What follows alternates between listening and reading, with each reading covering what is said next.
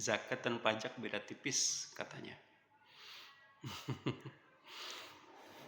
Ya sebenarnya kalau dibandingkan ya nggak sebanding lah ya. Karena antara zakat dan pajak itu bukan cuma beda tipis, tapi emang beda gitu, 100% beda, nggak ada sama-samanya dikit juga nggak ada gitu.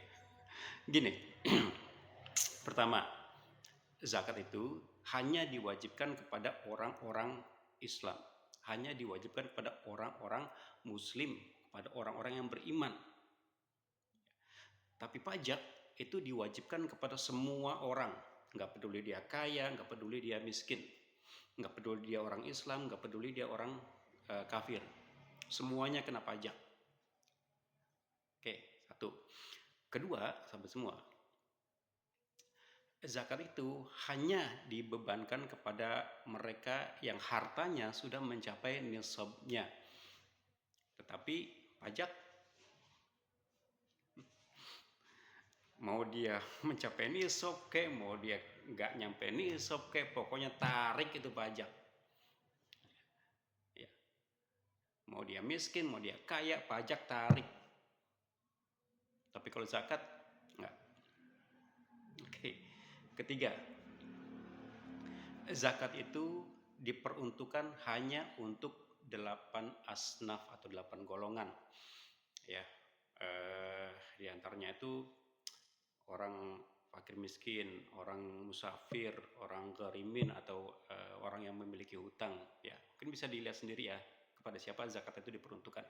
Dan itu hanya untuk 8 golongan itu saja. Ya, tidak boleh zakat itu kemudian dikeluarkan untuk di luar yang 8 asnaf itu atau 8 golongan itu. Tapi pajak itu apa ya, dikeluarin untuk katanya itu pembangunan jalan, tapi hasilnya banyak pembangunan jalan itu yang mangkrak ya. Katanya untuk subsidi atau gaji karyawan atau PNS ya. Tetapi faktanya ketika misalnya ASN itu terlambat datang, itu dipotong gajinya. Gajinya kena pajak nggak? Ada yang namanya pajak penghasilan, kena pajak lagi. Lo piye tuh? Belum nanti ada asuransi, belum nanti ada tapera, belum lagi nanti ada BPJS. Lalu sementara sahabat semua, kalau kita mau berpikir secara menyeluruh gitu ya tentang ekonomi negara ini, sumber daya alam negeri ini yang amat sangat melimpah ruah, yang kata orang itu gemari palau jenawi, yang kata grup penyanyi itu tongkat kayu kalau ditanam itu jadi singkong, banyak kolam susu katanya. Dan sekarang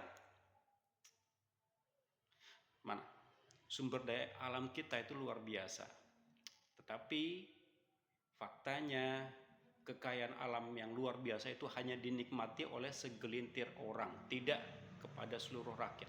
Contoh kecil itu Freeport di Papua. Freeport itu setiap tahun menambang emas, hasilnya triliunan, miliaran. Sementara rakyat Papua sendiri bagaimana? Jadi, yuk kita berpikir cerdas.